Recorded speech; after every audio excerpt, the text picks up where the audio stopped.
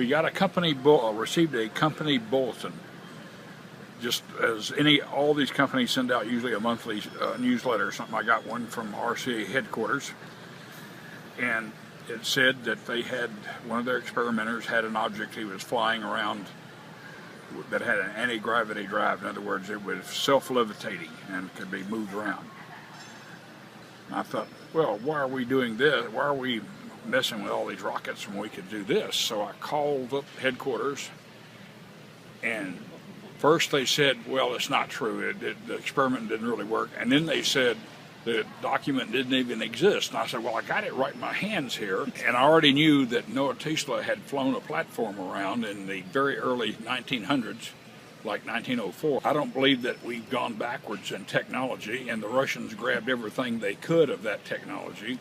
And I assume that our government grabbed some of it or all of it. Yeah, I mean, if you can levitate an iceberg, you could end a drought. I mean, you could land in a dry lake bed, you could change architecture.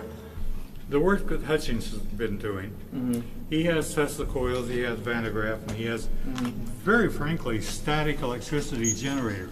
Notice that data doesn't have to make sense. Right. Data just has to be truthful. The truth. That's right. It's more important than proving Einstein right or wrong. Okay, now his data showed everything from a chocolate milkshake snaking toward the top of his room to bowling balls floating in the air. Very little effort required, about as much as lifting an umbrella, and no centrifugal force. Now, of course, we have the problem of stopping it. Nikola Tesla was a great inventor and a great humanitarian. Well, Tesla wanted to get into his field, which was free, if you will, energy that comes from the surroundings. He was hired by J.P. Morgan to work with Westinghouse and Edison companies on the East Coast. And Tesla said, I've got it made. I think we can now transmit electrical power through the Earth, through the ionosphere, without any wires or telephone poles. If you gave a device, like a free energy device, a generator that would service all their needs in their home for free, they could then bring out their creative talents, which they were born with and have been suppressed because they've had to toil for a living. They could be tremendous artists beyond our dreams, tremendous engineers beyond our dreams. J.P. Morgan was not buying it. He said, no, we're going to have to tear this stuff down. So Tesla kind of pulled back into himself and decided, well, I guess it's not time for this. He took a whole bunch of these bug wings and he glued them to like a Venetia blind structure, and he put it into a little platform he built. So they were all, these bug wings were all covered in here. And he used I theorize he used the wing covers as well as the inner wing itself. There's also a kind of a handlebar on this thing with some controls. You can see the thing a little better here in detail.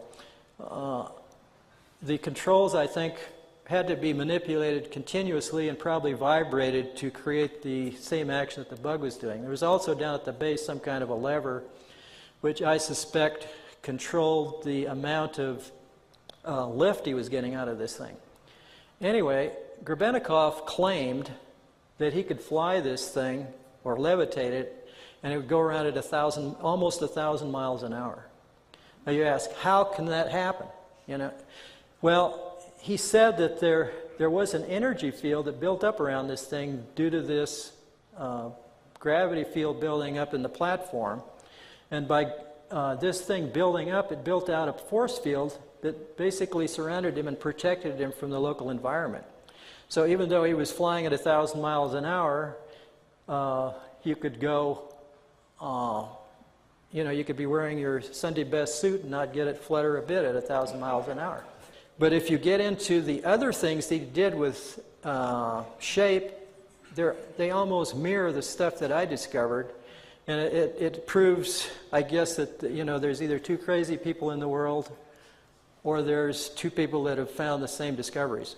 Has anybody ever threatened your life? I mean, as far as like trying to possess what you have here, I mean, seeing it as a threat, has anyone ever threatened you and said that, you're on to something and you're not allowed to be doing this? And No major threats. Mostly people saying, well, you should work for the U.S. government. That's a lot of emails I get are like that, and that they're ready and willing to stand by and give the funding out. Einstein's work is only a slight modification of Newton's work. But we do understand that Newton's work has, well, Newton's work, for example, Newton says, This is mind-blowing. says anything that's in motion tends to remain in motion, right? Okay, so I have something, and I'm taking it around counterclockwise. And see, and what Newton said is true. He just wants to go around and around and around and around and around. This particular thing is called a cell. It is not, it's clear plastic, there's nothing in it. Okay, now I'm going to take it around clockwise. It says, no, I don't want to do that. It's just like my children. I will do it my own way. How did it go the other way? Precisely. A Newton's law. Is that because of the rotation of the planet, or? Well, there Can I try are. that? You may. In fact, first of all, send it around counterclockwise. Okay. And this is called a cell? It is CELT, C-E-L-T. What's in it? Okay, there we go. Nothing's in it. Plastic. Okay, now take it around clockwise. Okay. And it says no, and it goes back the same number of turns you sent. Oh, I've never seen anything like that. Now go out stronger. I know. See, I'm looking for the exception to the rule. You have to, if you can use language, you really need to convert it into mathematics. But here's one thing, this makes sense to me. If you can cancel out gravity in a falling body, and you can even reduce a percentage of the effects of gravity for aircraft, it would take less fuel, they would be more efficient, and they could hover with less energy, and that much I can figure out. And the atmospheric edge of the Earth will be meaningless. I think the realm of it is quite probable, since I was studying some of the older experiments done by T. Brown, Podleinoff, and those folks. And what's interesting about Podleinoff is that the anti-gravity effects seem to go right down the Earth all the way up to an unknown area. Tesla said, they're not interested in my time. I want you to take everything I can teach you and go in your time and see if they'll listen to you. And if you don't make it, you're going to have to pass it on, because at the rate we're going, we're on a self-destructive course. Carr said, I will, and he got his own lab started and started really getting into a lot of free energy devices and building them. So he built a spaceship? He's building small spaceships then, and he had different sizes, different models. There's a company, Advanced Kinetics, in Costa Mesa. That's where we were living, in Costa Mesa, California. And they're looking for a research and development laboratory technician. They gave me a job, they put me in the research lab, and I was inventing ideas all day long. I just loved it, because I like to invent simple ways of doing hard things. We could talk about things that were unlimited, not limited. I said, my mission is to see that we have habitation and transportation in one vehicle. And he said, well, you sound like a guy that's back east getting in trouble right now. His name is Otis Carr.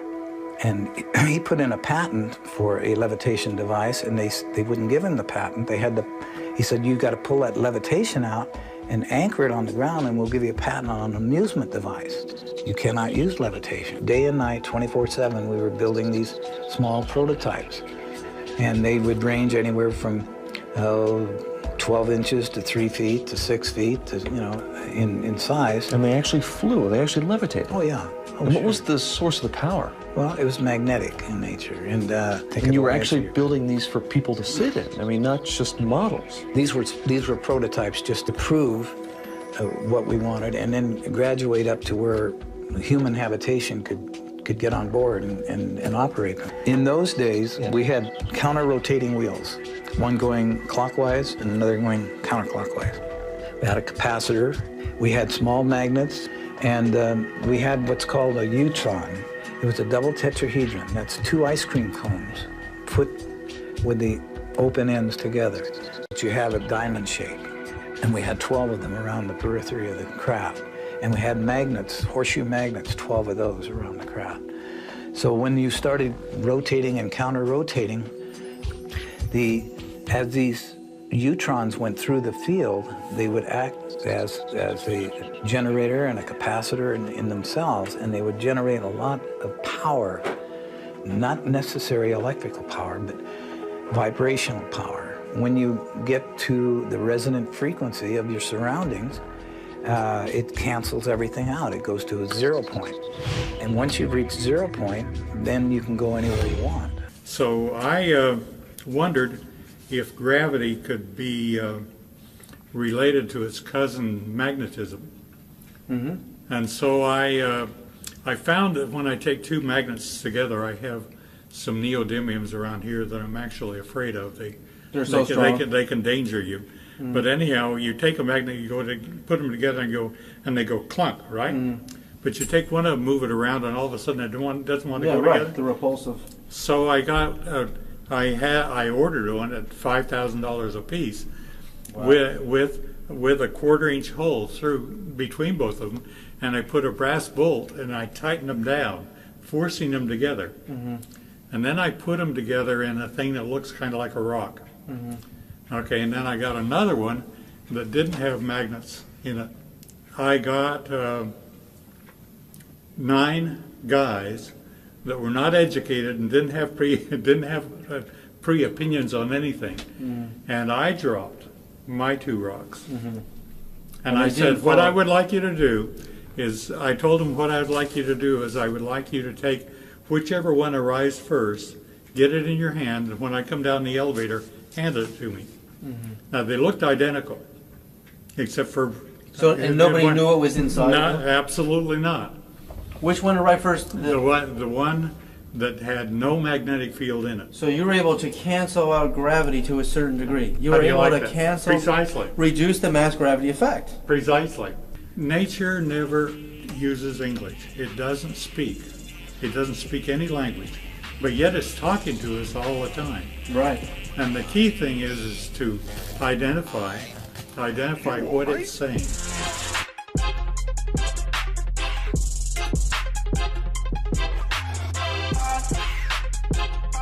Yeah.